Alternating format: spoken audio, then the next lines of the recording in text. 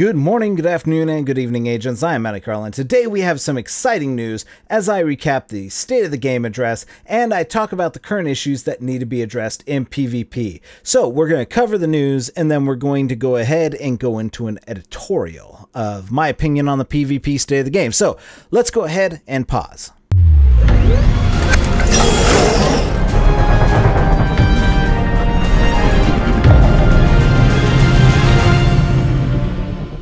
Alright agents, it's official, we are knee-deep in everything Division 2 today, and we are bringing you some of the most important news highlights you need to know regarding Tidal Basin and the upcoming release date.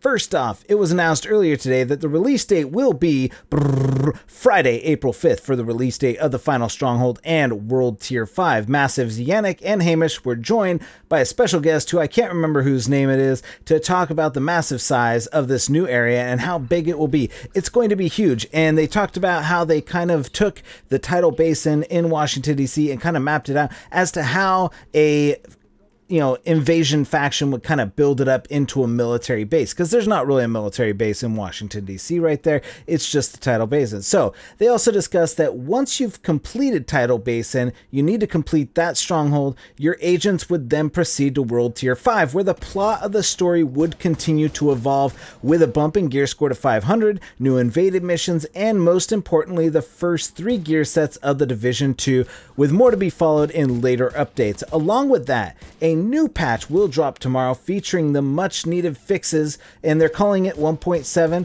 such as fixes to frame rate, readdressing fixing the skill bug, level scaling issues, and rejoining on friends. VoIP will not be defaulted, or will be defaulted to push to talk. There will be color changes to your clanmate. As you know, basically clanmates look like elite agents right now. The junk button not working, all that's going to be fixed, so look for that to hit tomorrow. There's going to be some regularly scheduled maintenance tonight, so don't play too late. They did not discuss if the raid would be dropping on the 5th as well, so I can assume that it's not going to be dropping and that Massive is saving that for another date. Probably a couple weeks. They want to get everybody into the World Tier 5. Honestly, I think they should go ahead and just release it. That way, it's just basically going to be a huge race. I mean, that's what's going to happen. That's what normally happens. That's what happens with Destiny. And then they have a big party where everybody pats themselves on the back for being good at a video game and making a World Tier first, when it's not really that big of an accomplishment. Let's just call it what it is. It's just you did it first. Good job. I don't celebrate anybody doing anything in a game first. It's just you had the time to do it. Congratulations. Whoop-de-doo-dah. That's just my opinion. Anyways, Massive gave the community more to talk about when it did say that the PvP balancing or changes would not be coming up in this patch or the upgrade patch to World Tier 5. I can only assume that these changes are going to come at a later date, and they will base it on the fact of World Tier 5 is going to continue with the new gear sets, and they want to get everybody up to 500 and see how PvP is when those things happen, and they're waiting to see how players react to those changes. So that's your general recap for this week's State of the Game address. Now, we are a few weeks in from the launch of the game, and I mean, it literally just launched like not too long ago. I mean, we're still in March, and the game launched at the beginning of March. Some of us got it a little bit earlier than others, but we're literally still brand new into the game. And the Division 2 launched fine during that first week. Had some bumps during the actual launch week, and then it flattened out, and they released a patch. The skills bug was unacceptable, but these things have, I'd take a skill bug over getting absolutely murderballed on a queue or something like that. But you just never know which the way these things are going to work out. There's a sway in the breeze with a division. However, with the PvP or PvE actually being solid during the first part of the game, we could talk about world. Basically it's the same as the Division 1. Everything from level 1 through 30 is great. World Tier 1 was great. And then you start getting into kind of the BS of, hey, it takes 20 rounds to kill this guy. So it doesn't matter. That's not what we're talking about. The PvP is what we're talking about, and that has taken a big hit from the community. And there are opinions ranging from it's great all the way to it's the worst. So which is it? Is it the best or is it the worst? Well, if you talk to YouTubers or people on Twitter, it's the worst. If you talk to just casuals, it's great. People can go in and just get kills and it doesn't really matter. It's a mixed bag. And from my perspective, it is. It's just that. It's 50-50. It's community divided. which is the point of the game. It's the division. You know, what are you going to do? And from my point of view, what I'm going to say is going to trigger a few people, but in my honest opinion, it really isn't anything yet. We're still a few weeks into the game. It hasn't even been out a month, really. It's too early for me to tell, honestly, myself, what PvP is or is not. Now, I have my opinions on PvP, but I think the folks over at Redstorm have been doing this type of thing. They've researched the PvP trends and the opinions and formulated PvP to where it is right now. So let's back up a bit and talk about OG PvP in the Division 1, because when anybody ever complains about the Division 2, hey, go back to Division 1, you scrub, or something like that, you know, and more importantly, let's talk about the Dark Zone. You know, where's Rick Velasquez when you need him? But when PvP first made its way into the Division, it was pretty much a gritty Wild West shooter where people, you know, they were there with two objectives to PvP. They were clearing monuments and leveling up and getting gear. And in the first Division, we had a very awesome pro and con for going rogue. And I think it should be brought back to the Division 2 the way it was in when the game originally dropped. And I mean huge, massive hits on XP where it dropped you 3 levels and you know, in very few gains for killing other things. But the first part was that going rogue meant that there was a huge risk. I mean, you would lose 3 levels or more depending on where you were just for shooting another player and then getting killed. This meant that going rogue was the only way that you would do it is in the most extreme conditions, that it had to have been something, you didn't do it just for fun. Those occasions were when you thought or you knew someone had gold item, because in the OG Division, striking gold could be being more powerful than anyone else. And when you saw, you know, the high-end items were so rare that finding one meant that you had to get it out, or you were gonna get killed. You didn't want to get killed with a gold piece. So you know somebody was extracting, they had important stuff, because that's the way it was in the original Division.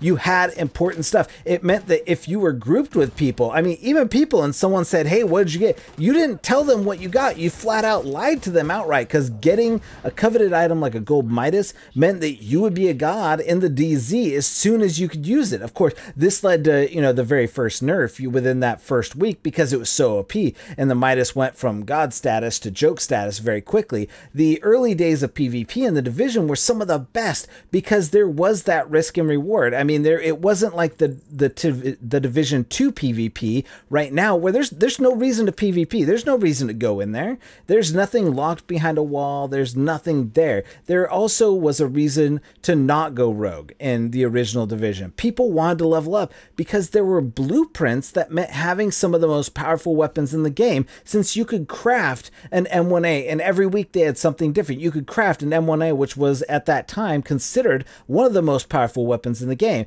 And that was for a long time one of the most powerful sniper rifles in the game. It provided a reason for not going rogue, and it wasn't in any other area of the game. You had to go into the Dark Zone to get it. It's just, that's the way it was. It was an area for justice to be dealt out, not just to rogues, but to glitchers and exploiters. There were literally 1,000 reasons to go into the Dark Zone and do whatever you needed to do there, whether it was getting gold item, getting gear that someone else had. You know, if you were willing to fight for the loot, they had something you wanted.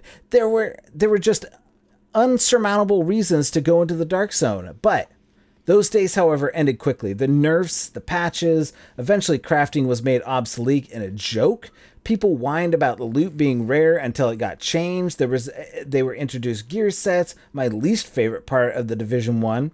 This did lead to a new reason to go in the Dark Zone and play, but eventually it was my reason for stopping. It ruined the game for many people, and it cheapened the Dark Zone to the point where it was just no fun. Division tech was no longer something people needed or cared about to farm, so that eliminated the DZ altogether, and you could pretty much just get gear from anywhere. The DZ no longer had the best gear, so the DZ ended up being a catch-all for people who just wanted to grief other people, and the people who no longer found the DZ fun got their wish in the form of it being able to get drops anywhere in the game. What we got was eventually fine in the end, but it wasn't 100% fixed for anyone. There was just no reason to go in the Dark Zone. At the beginning of the Division, there were lots of reasons to go in the Dark Zone. Blueprints, gear, that you couldn't get anywhere else, and then they just kind of cheapened it. Especially, I blame a lot of this on SkillUp, because he was the reason why they did the whole loot revamp. He whined and cried over videos, and 200,000 people liked his videos, so they bowed to his will, and they increased the loot tables, and loot was raining down from everywhere else,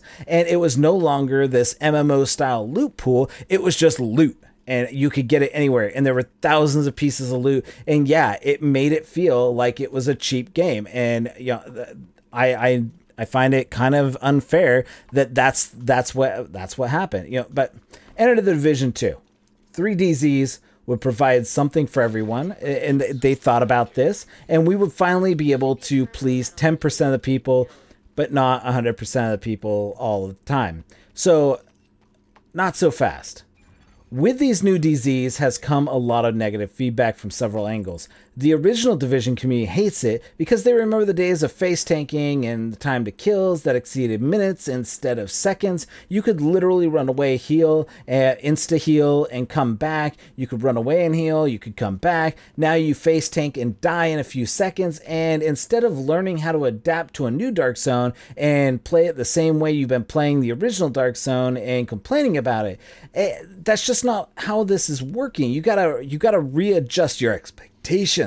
I do see a point where builds may not be fully realized, and that if you do build a tank build, you should have some level of survivability. It shouldn't be that your builds are just absolutely obsolete, but we should recognize that these new Dark Zones were designed around a different set of circumstances with a different stat system that some people have already figured out and some people haven't. Building a one-shot sniper is easy when you can snack multiple headshots and marksman rifle damage on items, and it can be the opposite when you build a massive skill build to overpower people, only to have it normalized to unusable talents. Ideally, there isn't a reason right now outside of going in to kill players to be in the DZ, not like it was in the original Division. The loot drops are the same anywhere else in the game, and people seem to be happy with the amount of loot being dropped because everything feels like they're getting something, but there isn't a higher level of gear that's being awarded for the risk in the DZ. There's nothing in the DZ. There's nothing to go in there for. You're not getting any exotic parts. There's nothing. There's just nothing in the DZ to go in there.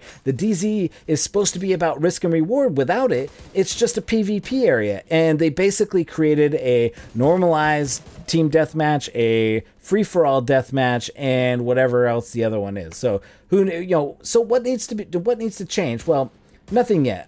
I'm sure they're still figuring out the whole DZ. I'm waiting to see what Redstorm does and how the vision of the DZ is realized once Tier 5 is released. However, there are still several items I would love to be evaluated based on the fact that we need something different. First of all, there needs to be a greater risk and reward for going into the DZ. I mean, a huge risk and reward. I mean, we're talking about XP, dropping levels, I mean, not regular levels, but Dark Zone levels. There needs to be a rogue system put in place, and not this rogue 2.0 system that ended up being, I mean, at this point, if you're going in there for gear, there needs to be a set of gear that you can only get from the Dark Zone. There needs to be a reason to go in there. There needs to be certain things. You need to be able to lose your perks.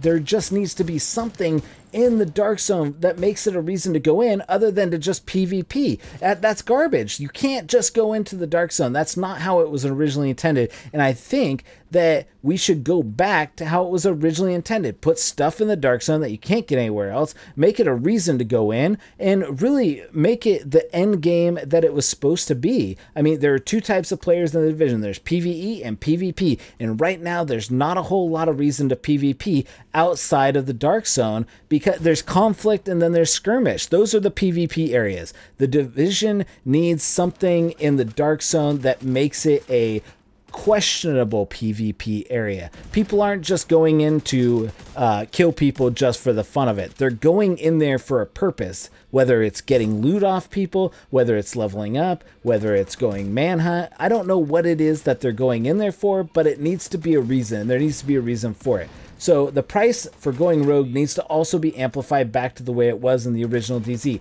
See, the issue we had in the original Division wasn't with the rogues, it was with the rogues being shitty players and utilizing the game's fault to their advantage, like having body blockers. The dev team decided that a switch you flip on in the DZ was better than just going in rogue from the start or going in as an agent and creating separate teams. In actuality, a better way for this to be done is that the players in the DZ would just turn on a switch would allow them to not go rogue. Just allow it so that agents just turned on a switch or a toggle or something that said, hey, I'm an agent, don't let me hurt other agents, turn on friendly fire, turn off friendly fire. If you turn off friendly fire, you risk going rogue. If you have friendly fire on or off, then you don't go rogue. That's the way it should be. That's my opinion, and we'll just see what happens. This just keeps the battles still alive, and it avoids a lot of the issues we had in the past of whoever first shoots wins, or whoever shoots first wins.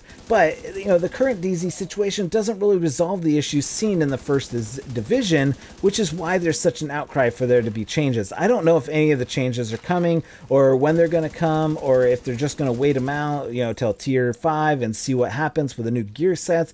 But I love the idea of the DZ in the same vein of the first game, a normalized DZ and then a DZ that's just for PvP. Look, we got 3 DZs and figure out what it is, or even a rotating DZ where one is team deathmatch, where you go in on a rogue side, you go in on agent side, and whichever side you go in on, that's what you are. That's for the whole time, and people can go in and you can gain XP. Or here's a better idea. Make it so that you have 2 XP meters, a rogue XP meter and an agent XP meter, and each one offers different perks for both sides of the coin. So if you want to be a rogue, you go in rogue, you kill agents, and you get something for that. You get a bonus XP for that, and it only applies to going rogue, and then there's rogue perks and everything like that. I don't know what's going to happen. The hilarity is that not everyone likes or dislikes the way things work now, but it's hard to see those comments since the people who have complaints are heard the loudest, which may be why Red Storm has refused to touch anything just yet. I have a feeling that people will find out how to optimize a build for normalization as well as optimize builds for surviving the occupied DZ. It's really only a matter of time, and we're going to see what happens with World Tier 5 and when the raid's released, but I have a feeling that things are going to change for the better, and I have full faith in Red Storm. They've been doing this kind of stuff for years. They were the inventors of Rainbow Six, and look at what that's gone. They made one of the best games in Ghost Recon when that originally came out. Not Wildlands, I'm talking about the original Ghost Recon Advanced Warfighter and Ghost Recon Advanced Warfighter 2. 2 of the best Ghost Recon games ever released. I'm not a big fan of Future Soldier. I thought that was more, it felt very Gears of War-y, and so I wasn't very pleased with that. But the first 2, those are like the magnum opus of what Red Storm has done, and it was an amazing game. And so I have full, complete, and utter respect for what they do, and I have full confidence that what they're going to do is going to be right by the community. So that's pretty much all we're going to talk about today. I do hope that PvP gets to a point where people enjoy it. I'm not in it for the PvP, but I will, you know, if there was a reason to go PvP other than killing people, I would probably do it. There's a reason. If there's a reason to do it, I would do it, but there's not. I can get any loot anywhere in the game. There's nothing in the DZ that I need to go in and get. If I want to go in and kill people, that's where I'll go. But right now, there's just no incentive for me to go into the DZ and put myself out there and just be frustrated or whatever it is that I'm going to do. Anyways, that's all the time we got for today. Thank you guys so much for watching. I'm going to be back. I have a lot of these lined up, and I'm going to try and make a lot more, and we got news and all that stuff coming up. I got a bunch of stuff I'm working on. The reason why you haven't seen me is because I'm working out a lot of mathematical issues, and next week I'm going to be gone. I'm actually going to be in Washington, D.C. on my division tour, and there's a lot of mathematical issues that I'm trying to work through with the recalibration, and I found a couple things. If you notice, when you recalibrate, you get level capped, and that is because I believe there's a mathematical value assigned to each slot. So if you have 3 slots and you want to recalibrate one, there's definitely a max that can go into that slot, because they don't want people putting 11% assault rifle damage when you have like 4% SMG damage or something out. So if you only have one slot, you can go ahead and I think have up to 13% weapon damage on one of them, and it's kind of, as it breaks down, it's divided. I'm still working on it though. Video to come soon, TBD. Anyways, thank you guys for watching. I appreciate this. You guys stuck with me. We're hitting that 20-minute mark, but we're getting ready. We're going to wrap it up. So thank you guys so much. Subscribe to our videos. We're going to have a bunch more, as I just said, and we'll see what happens in the coming weeks. But smash that like button. Yeah, smash that like button, just like all the YouTubers say. Anyways, do smash that like button. Helps boost us up and gets us on the front page of YouTubes and stuff like that when we're doing it. But anyways, thank you guys so much for watching. For everybody here at Pause Screen, I'm Mounty Carl. Unpause.